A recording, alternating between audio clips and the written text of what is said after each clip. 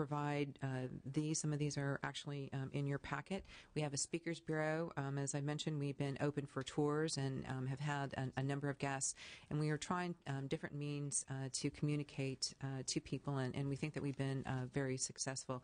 We also go to a lot of community events. We're open for tours, and this is a photograph of the tour. They've been very successful. We've had, actually through our bill insert, just, regular folks that our customers have come out for tours.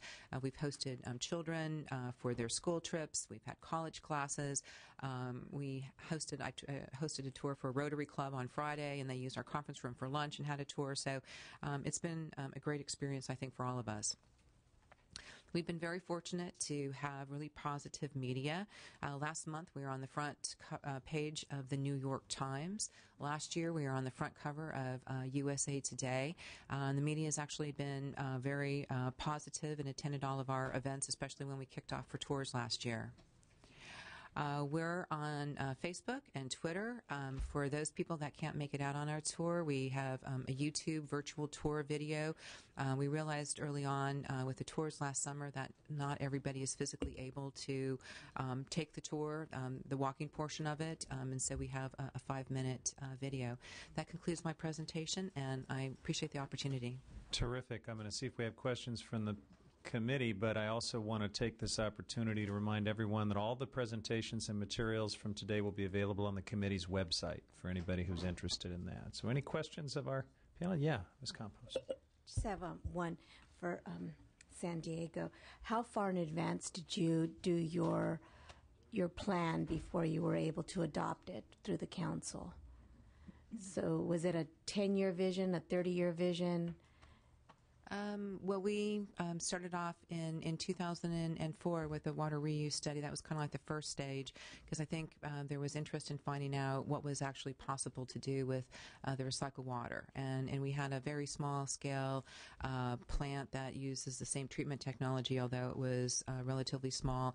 And then we also had public outreach telling people what we were doing at the time. So I'd say it started in 2004. Then the city council wanted to go with the demonstration project and approved a water rate increase in 2008, and then we will have a final report for them at the end of this year, so that's 7-8 years. And then the information in that final report will be a cost estimate for a full-scale project, as well as the time. And I would think that they would be probably for their consideration for a good part of calendar year 13. Thank you. Right. Yes, Mr. Mata. Thank you, Mr. Chair. Actually, this question was left for me by my seatmate, Mr. Fong. And it may not be a fair question, really, for Southern Californian water districts, but he wanted to ask if any of your deliberations include looking at how much water we actually lose to the ocean, before it even comes further downstream for us to reclaim in any way. But that was his question, and so I'm just asking on his behalf. Thank you, through the chair. We absolutely look at how much water we lose to the ocean. Being there with the Santa Ana River, when we have a heavy storm that goes through Prada Dam, we're continuously working with the Corps of Engineers to raise the retention basin there behind the dam. I was back in Washington, D.C. with Mike Marcus, of course, and we were meeting with the Corps, and we have a program that we've put forth to study that and be able to do that. So we're very concerned that any water lost through our system goes to the ocean is wasted water. Mm-hmm. And the heavy rains last year, I think we lost the equivalent of $30 or $40 million worth of water. What was the exact? Mm-hmm. No, that's right. Or the million. So we're very, very aware of that and think about that every day. Great. Well, I want to thank this panel. These were some very, very exciting examples of leadership and innovation on water recycling, and we thank you very much. And our next panel will look to the future with some very qualified technical expertise as part of that.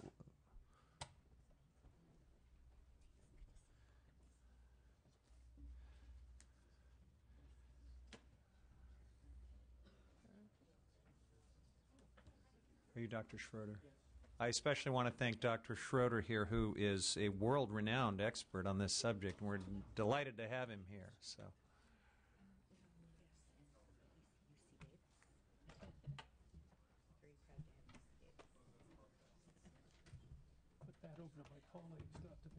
So thank you very much. However you want to begin. Have you got an order worked out, or you want to just follow the agenda? And Dr. Schroeder, you want to begin? Okay. Terrific. Thank you for your very fine comments. I think that my colleagues are far more renowned than I am in this area. I'm sort of a newcomer. Two of our invitation came because of a white paper we put out through the National Water Research Institute on direct potable reuse. And two of my colleagues that worked with that in the paper are here today, Professor Takashi Asano and Dr. Harold Leverins, who are in the second row here. And Professor Chabanaklos is currently in Greece. I'm not sure exactly what he's doing there, but probably causing more problems for the country. Some of the things that I'm going to talk about have already been said, but I'll reiterate them.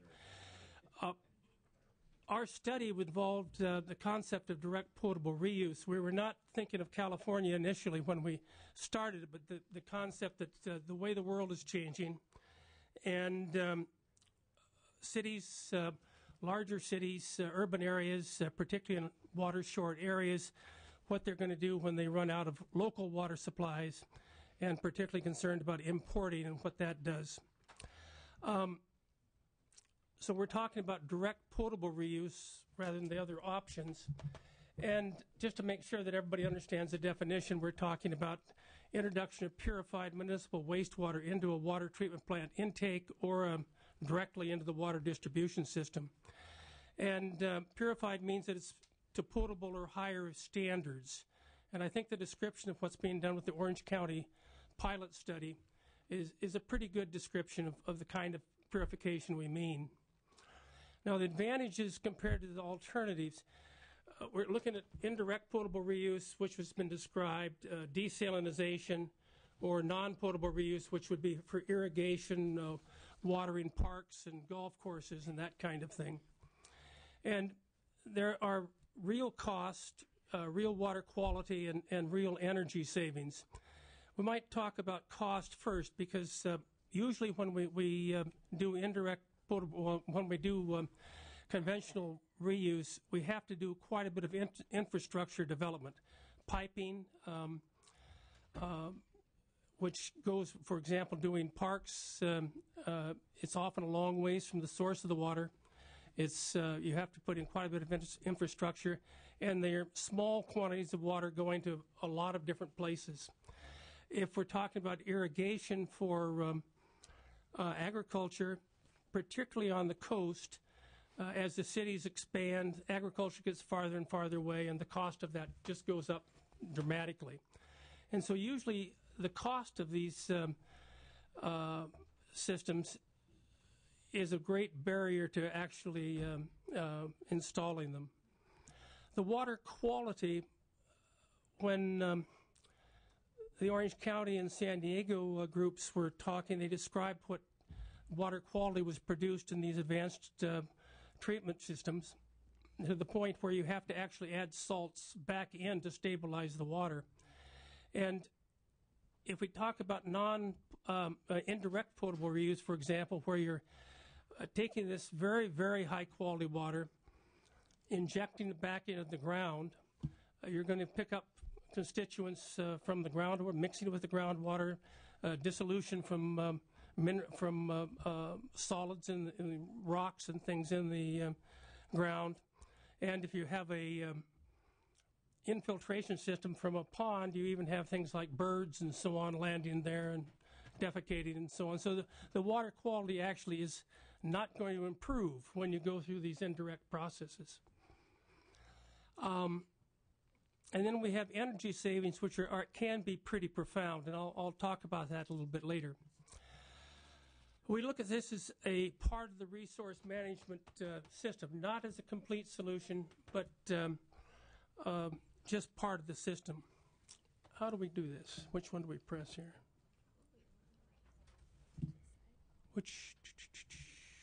There we go. Thank you. This is what you've seen already a couple times, the water system that supplies Southern California. And there are three major systems that provide surface water to Southern California.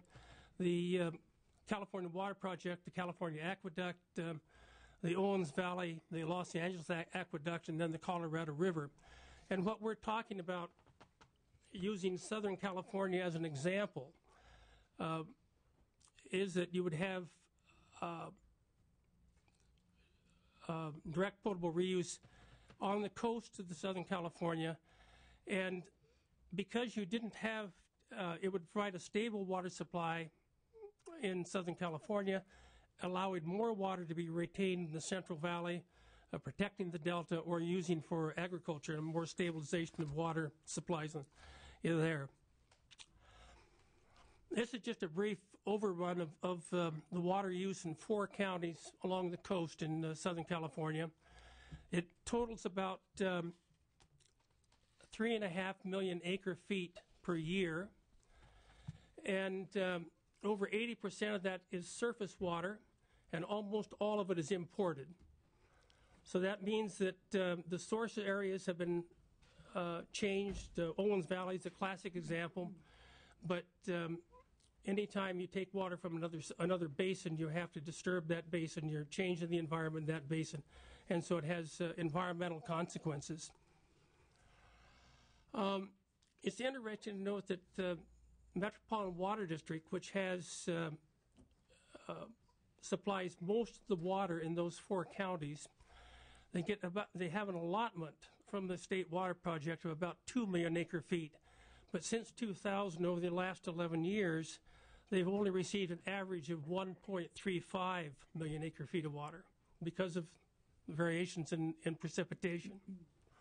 And in 4 of those years, they actually received less than 1 million acre feet. Serious problem. The 4 counties discharge about 1.4 million acre feet of water to the ocean each year. And so in this study, we looked at taking half of that, treating it to the potable standards as we described, and then to see what would happen there in the potential. It would make up the difference between the average that the water, from the State Water Project since 2000. And it would allow an increase in water to be kept in the Central Valley, as I said, for agricultural use and for environmental enhancement, and I think particularly in the Delta. And the advantages we see, one, for Southern California, stabilize the water supply, and that's the key thing. It would improve water quality. I described a little bit about that. I might add just a little bit. The Colorado River water has about 650 milligrams per liter of total dissolved solids. The project water, when it gets over the Tehachapi's, has about 350. And the water that would be produced by a system such as Orange County is operating now, or San Diego is talking about, would be about 50 to 75 milligrams per liter. So the people would get better quality water. Energy savings, because of not pumping as much water over the Tehachapi's, $50 million to $80 million a year in our estimate. Substantial. So I was worried about getting through these slides in my 5 minutes, so I guess I'm going to do it. But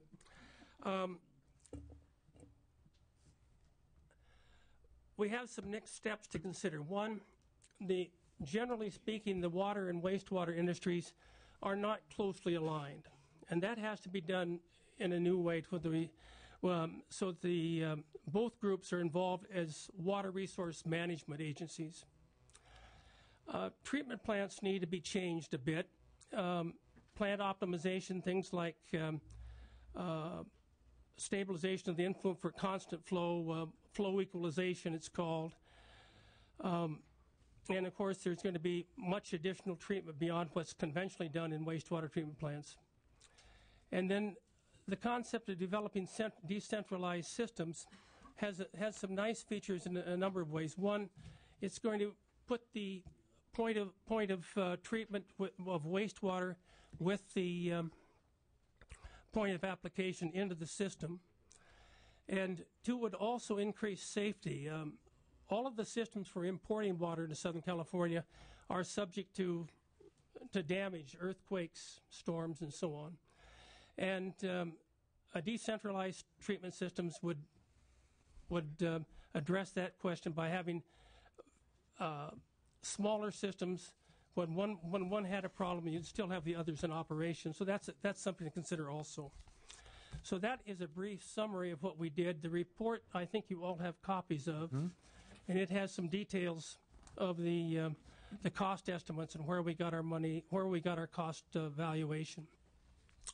So, for me. Thank you very much. Next up.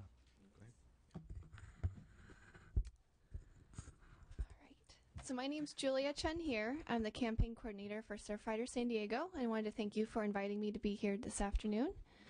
I've got a PowerPoint coming up. So I'm going to talk briefly about public acceptance of recycled water.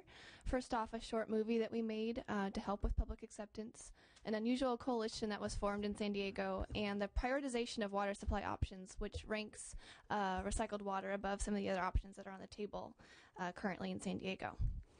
So as Surfrider began talking about these issues, we realized that people's eyes glazed over quickly as we were talking about water issues. So we needed to find a way that could make these complex issues more understandable and catchy and inspire people to care about why this is important.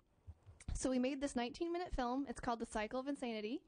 It's basically Surfrider's vision for integrated water management. It can be found online by Googling Cycle of Insanity or on that website. It has been translated into Spanish and Japanese, was played at Sundance, and has won a few awards so far. So I'm going to try to play you a short clip. This may or may not work. Is there a little, if you scroll over the computer screen, down the bottom, is there a little play button? There we go. There, on the, oh. The other side. Near the baby carriage on the left, up a little bit.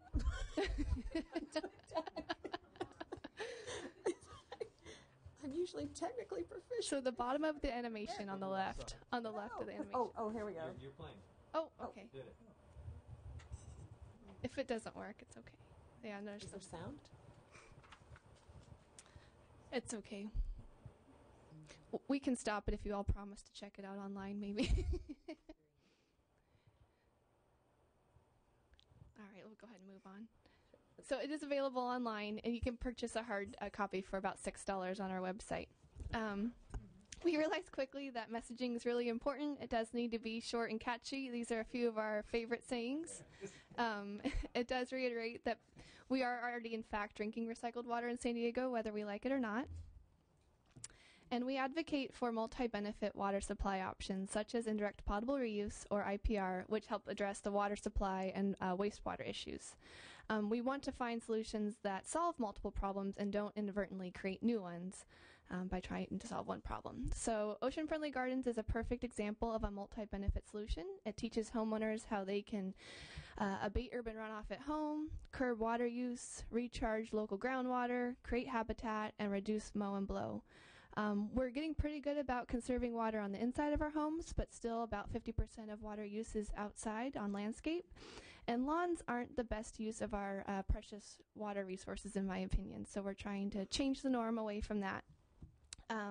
And create more climate-appropriate water use habits. So I had the pleasure of living in Australia for a little over a year, and the average water use per person there is between 50 and 60 gallons a day. In San Diego, it's about 120 gallons a day. So we really want to get to something that's more climate-appropriate before we turn to really energy-intensive solutions, such as desalination and other options. So now for the coalition. Back in 2008, Surfrider, Biocom, and the local Chamber of Commerce realized that we had something in common, and that was the desire for implementation of indirect potable reuse. So we hosted an event together called Suits and Surfers to start and facilitate the conversation about IPR in San Diego. It was a huge success, and those groups continue to meet as well as other partners. It's now blossomed into the list on the right. We meet regularly, and the new coalition is called the Water Reliability Coalition. So these groups usually don't agree on much. So when we approach local officials from a common standpoint or common ground, it usually sends a pretty powerful message, and we get some good media attention and so forth. Surfrider also tries to educate the public and local officials about the nexus between water and energy. And we advocate for something like a loading order for water supplies, which would rank water recycling higher than other options because of its multi-benefits and lower energy demand. So we like to do the loading order by embedded energy, but the economics of the water supply options also line up this way as well. And I'm thrilled that this conversation is happening today in this hearing and so forth, because it's really helping to level the playing ground, allow all the options to be on the table, and for all of them to be considered. So if you're not familiar with Equinox Center, it's an independent, nonpartisan research group based out of San Diego. They did a great study in 2010 called Assessing the Options, and this is just one of the charts. They basically ranked all the 7 water options in San Diego based on marginal cost, energy, legal, regulatory, environmental, technical, safety, social acceptance, availability, and reliability, with number 5 being the most reliable. So you can see that recycled potable water scored really well with a 3.3. And other options being considered in San Diego is desalination. That was down to 2.7 based on its high cost and energy intensity. This is a really, if you could go. Sure. And sorry to interject, but I find this really fascinating because applying these factors is a real descriptive way of looking at these choices. But the far right one, imported water, is a little different than the rest because it is sort of assumes that there is imported water available, which is fairly hypothetical. I mean, they did supposedly the rest are right. real options. Mm-hmm. It may or may not be there to have as part of the equation. It's true. Yeah. And I can send a link to that study if anybody's interested as well. It's not too long. And I heard it mentioned earlier today that 1.5 billion gallons are discharged to the ocean between Ventura and San Diego, and that's remarkable. To me, that seems like a huge missed opportunity and a shame to send all that water out to the ocean just used once. So I was asked to touch on just a few hurdles that we see for indirect potable reuse and the future of recycled water. So the hurdles that I hear out in the public are or with different local officials, is the lack of regulations, which I know we're trying to address, contaminants of emerging concern.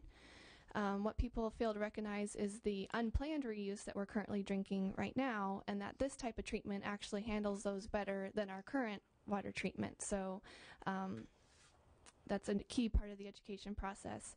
Also is the finances. There's only so many public resource funds available to increase our water supply. So we want to choose wisely and pick the best options first. And public acceptance is often mentioned as a hurdle, but as Marcy had showed earlier, it really has gone away, and we have great acceptance in San Diego.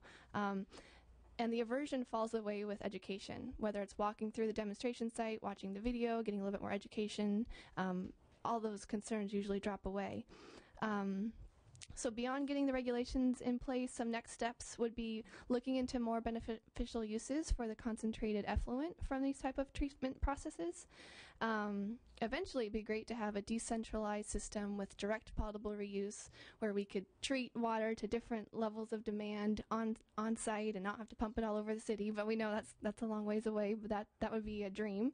And there is a Corolla, which is a local engineering firm in San Diego, has applied for a grant, and we're an in-kind partner, which is studying fail-safe options for direct potable reuse. So people are starting to have this conversation moving towards direct potable reuse.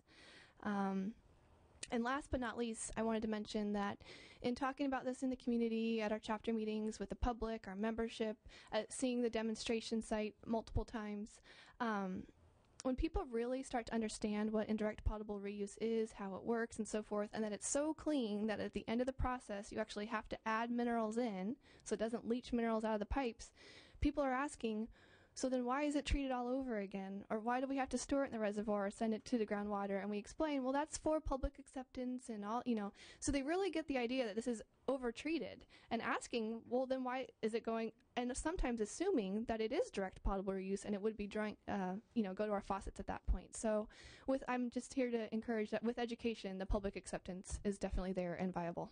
Thank you. Very good. Thank you. Our final witness, David Smith from Water Reuse. Welcome. Thank you. And thanks to the committee and the chair for your interest in water recycling today and in the past and in the future, I'm sure. My name's Dave Smith, and I serve as the Managing Director for Water Reuse California. Water Reuse Association is an international organization, and in California, we have, among our members are over 100 water utilities that are responsible for recycling 90% of the water that is recycled in this state. You've heard today about some of the great projects that are either in the planning stages or built and operational. I want to touch on just a couple others to give you an idea that there's been a high level of effort made to achieve the goals for recycling in the state. And a good example is right up the freeway on Highway 50. El Dorado Irrigation District has over 1,000 residences connected to its Purple Pipe system, and it's delivering recycled water for use by individual homeowners. And on the other end of the spectrum is Los Angeles County Sanitation District's project in operation since 1962 to provide recycled water into the drinking water system. West Basin Municipal Water District has a program where they provide designer water for their industrial customers. They have 5 different kinds of water they produce. One of them is for potable reuse. That's not even the highest level of treatment that they provide.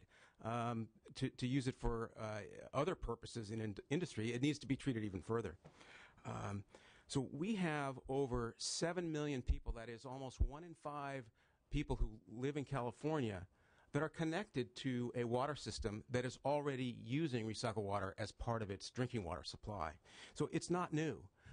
All these recycling projects represent a huge commitment of resources.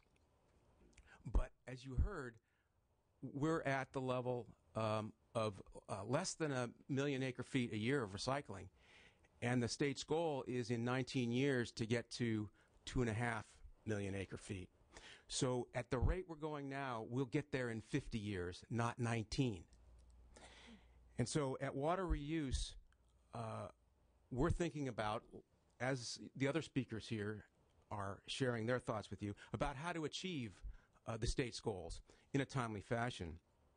And we think that continued development of Purple Pipe projects is going to make sense. That is, separate distribution system to bring water to particular users where that makes sense.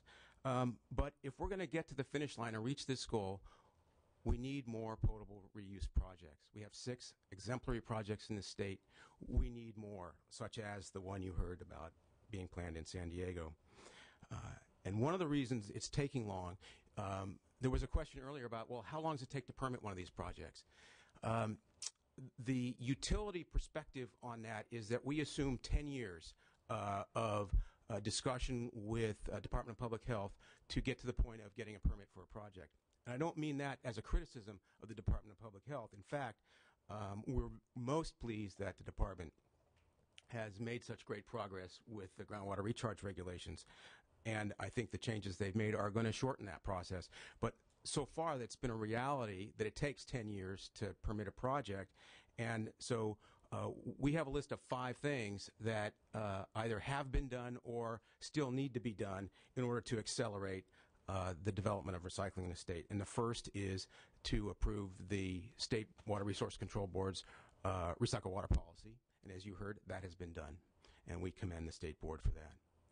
This next item is to finish the process of the groundwater recharge regulations that you heard about from Leah Walker earlier. And we are we commend the Department of Public Health for the progress they've made on that and the content of the new regulations. We think it will do a great deal to improve or broaden the range of opportunities for potable reuse projects in the state. We continue to need public or research on the technical issues so we can proceed with direct potable reuse with confidence. And some of that research is underway now, and in fact you have in your package an example of the research that is being done and continuing to support answers to the question about safe direct potable reuse. And I would just draw your attention to this folder, and it says on the front, Recycle Water, How Safe Is It? And this is a product produced by the Water Reuse Research Foundation, and it puts in perspective the risks of recycled water used in an irrigation environment relative to other risks of exposure to these constituents of concern. And I'll give you an example. The first sheet in there shows a child at play and describes what the exposure is of a child at play in a park that is irrigated with recycled water. And it lists on the backside a number of constituents of concern like ibuprofen and other pharmaceuticals. And it describes that a child at play would need 67,000 years of play in that park in order to receive one therapeutic dose of ibuprofen, or the equivalent of that. So it begins to put in perspective the issues and exposure of from recycled water versus the other. I don't mean to say that these constituents shouldn't be of concern. I think what we're finding is that recycled water is not the primary source, or nowhere near the primary source of exposure of humans. The fourth item that we think is important has also already been implemented, and that is Senate Bill 918, which put on the political and regulatory horizon direct potable reuse and helped establish deadlines for completing the regulatory process for groundwater recharge and surface water augmentation. And the fifth item has yet to be done, and the process has begun, and that is embodied in Assembly Bill 2398. That would address one of the issues we heard about from the Department of Public Health earlier, which is resources that are available to them to undertake the regulatory activities that they need to stay current with technology. And I think Ms. Walker is right on when she says they lack the resources to keep up. And Assembly Bill 2398 would add to the fees paid to the state for permitting activities by the department and by the state board, and those would be paid by water recycling agencies. It's our view, though, that this is a net reduction in the cost for our members and the water utilities, because with the passage of Assembly Bill 2398, the cost of doing recycling will go down on net. And so even though the fees will be paid will increase, the overall cost for recycling in the state will go down. Some of the other things that Assembly Bill 2398 would do would be to simplify the statutory environment for recycling. Keep in mind that 10-year kind of shocking number it takes to really work through the issues now. We're hoping that the simplification of the statutes, consolidation of them, they're spread all over the place right now, create a dedicated part of the code for recycling, demonstrate that it's an important resource and not to be regulated as a waste, but continue to provide the same protections of the environment and public health, and create a regulatory and statutory environment that does indeed promote safe recycling. So I'll stop there and offer to answer any questions along with my panelists. Terrific. Thank you. Questions of the committee? I just had a quick thought. We, of course, have already gone from 20% to 33% for renewable portfolio standards for energy. You think that we could be ambitious enough, to switch those initials around from RPS to PRS to say that we would have a certain percentage of potable reuse standards in California? I mean, perhaps we've taken some steps in that direction already, just with some of the fundamental water reform legislation that was passed in 2009. Starting with even making sure that we have an adequate measurement of groundwater and all of the interrelated aspects of water management. But do you think we should try something like that? I think it could be expressed as a goal in those terms. As was stated earlier, we just, in different numbers, but we discharge 3.5 million acre feet of wastewater to the ocean every year. And so that represents new water, and our goal is to increase by 2 million acre feet. So we just need 2 of that 3.5, and it can be expressed as you described, or a number of different ways. But the goal is attainable. All right. Well, this was a terrific concluding panel, a great hearing, and I will certainly stay around for some public comment. I know that we have a representative from Congressman Garamendi that has some remarks that we'll lead off with, but I want to thank the panel very much. I also want to thank my staff, Tina Cannon-Leahy, our incredible science fellow, Mandy. They put in a lot of work into making this hearing possible. So we will conclude the testimony at this point and move to public comment. You're very welcome. Survivor of toilet to tap. I think we can use the 2. Yeah. Is that okay? Yeah. Step right up. Thanks. Mike, tall enough? Yeah. Thank you very much, Chair Huffman. Tina, thank you. Committee members, before I get into my statement for Congressman Garamendi, my name is Brian Hooker, Deputy District Director for the Congressman. I, too, am a survivor of potty to potable via Central Sanitary District. The Congressman, as you know, has been a tireless advocate for water issues in California, certainly conservation and recycle water programs, so he thought it was imperative that I read a statement on his behalf this morning.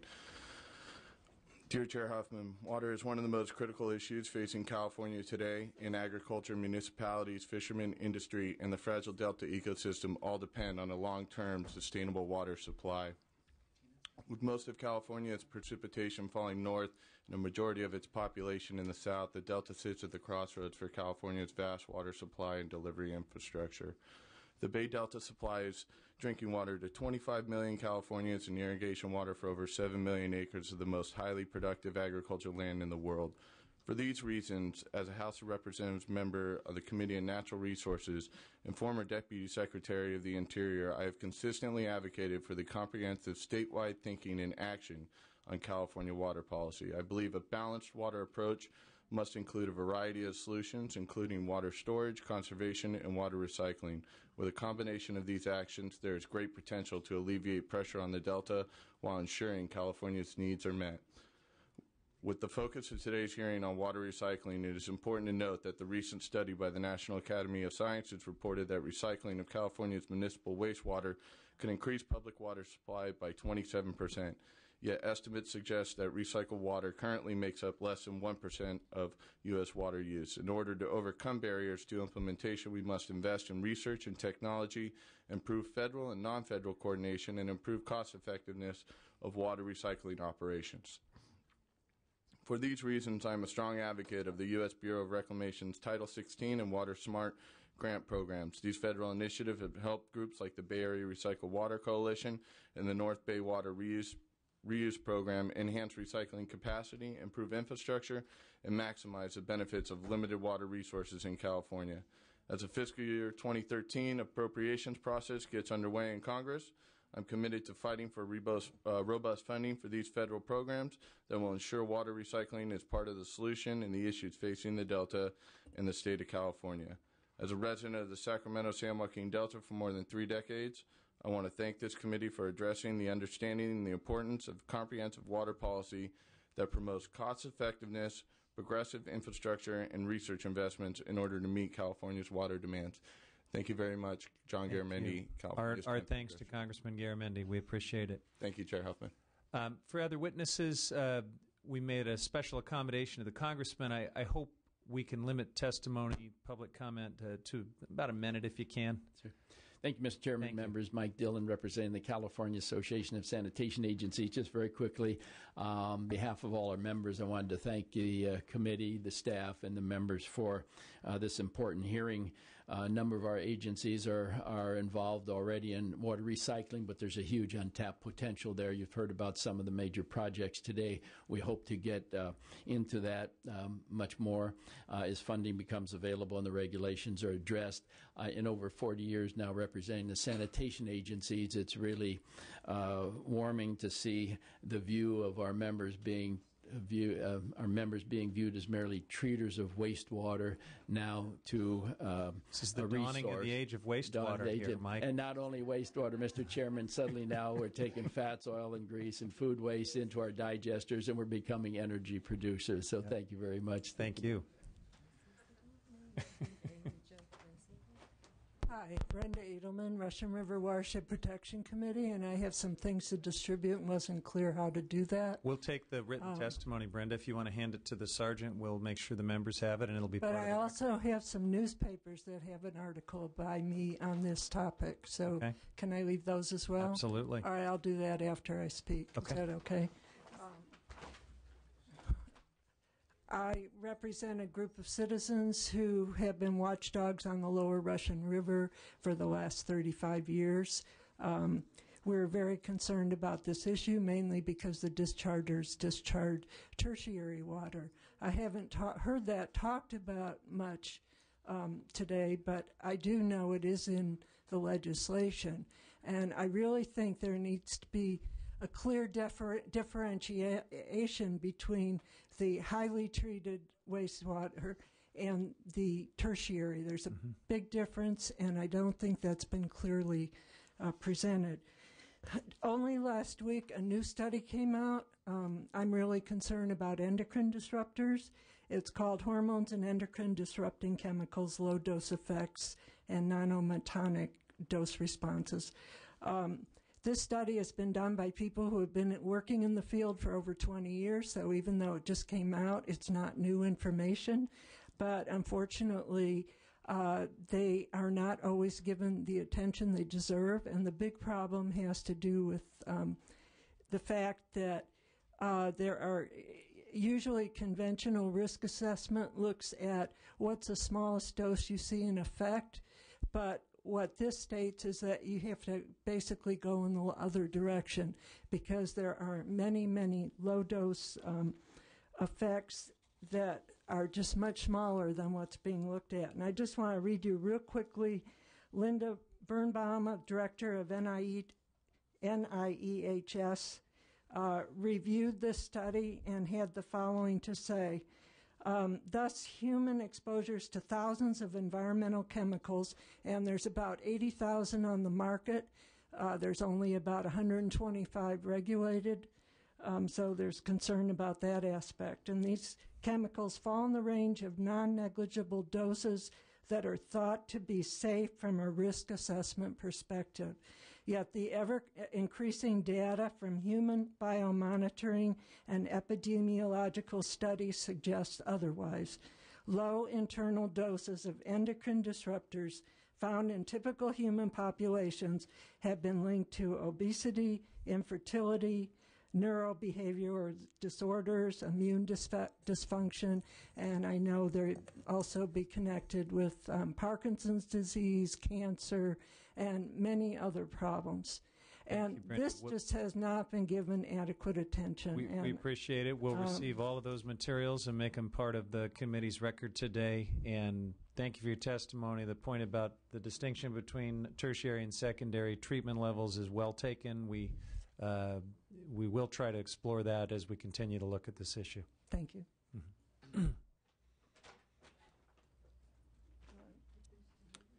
I'm Tom Zuckerman, the Central Delta Water Agency, and I really wanted to thank you and the committee for taking up this subject. It's of critical importance that we begin to identify ways of replacing the over reliance upon Delta waters and waters that are imported, and I think this is a great step. I learned a lot today, and at the risk of making a bad pun, I would say that I think there really is light at the end of the tunnel. Thank you. Oh, but how big is the tunnel, Tom? Okay. Hello, my name is Toby Roy. I'm a water resources manager with the San Diego County Water Authority. We are a wholesale water agency. We purchase water from the Metropolitan Water District and deliver it in large pipelines through San Diego County. We are a big supporter of the water reuse legislation and moving more towards the direct potable reuse. This can have a significant savings on the cost of expanding recycled water in San Diego County. It allows us to use the existing distribution and treatment infrastructure that we have in the county to its maximum ability. And in San Diego, we discharge about 300 million gallons a day to the ocean, and this could be a significant, important local water supply for us. Great. Thank you. Thank you. My name is Jack Hawks, California Water Association. My group represents the water utilities regulated by the California PUC. Couple things. Compliment the committee on this hearing. It's an excellent hearing. The California PUC, as you may know, is in the midst of a comprehensive rulemaking on recycled water policy for the utilities that it regulates. And we've had, and Cindy Trulove behind me here may speak to it, but we've had a number of workshops on this. Many of the people that you had speak today have been participating in this. The points I want to make, one, we're looking forward to seeing how the evolution here and the progression of AB 2398 and working with the commission to integrate that into the commission's policy if it becomes a part of the statute. And two, one point that hasn't been made today, but we're all aggressively promoting recycled water, but we're trying to do it in a balanced way that we make sure we manage the impact on customer rates, retail rates, as a result of all this activity. And so we're trying to moderate how that works, and that's just one of our objectives as well. Thank you. Thank you, Mr. Chair, members of the committee. Kathy Cole with the Metropolitan Water District. I'm just referring to our SB 60 report, which is an annual report we produce to the legislature on our progress on meeting recycled water targets and conservation. Just a reminder, within the Met service area, we do recycle municipal wastewater treated to a quality level that allows us to use that water supply as for landscape irrigation, groundwater recharge, and seawater intrusion barriers. We finance those programs through our member agency based on a performance-based program through our water stewardship fee, which is a component of our water rates.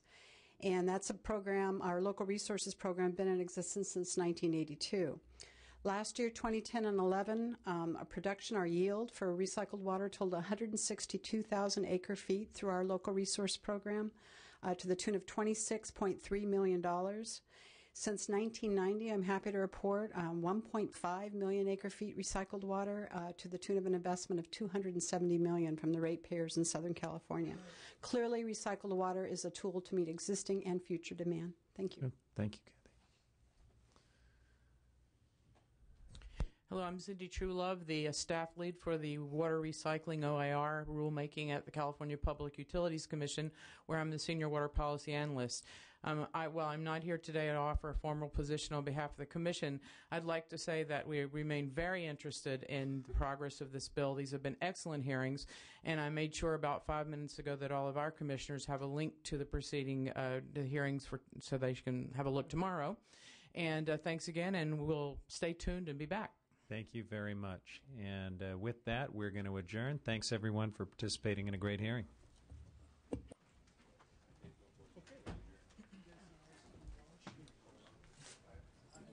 From Orange County that wants their membrane back? Or is this for the... Yeah, that's right.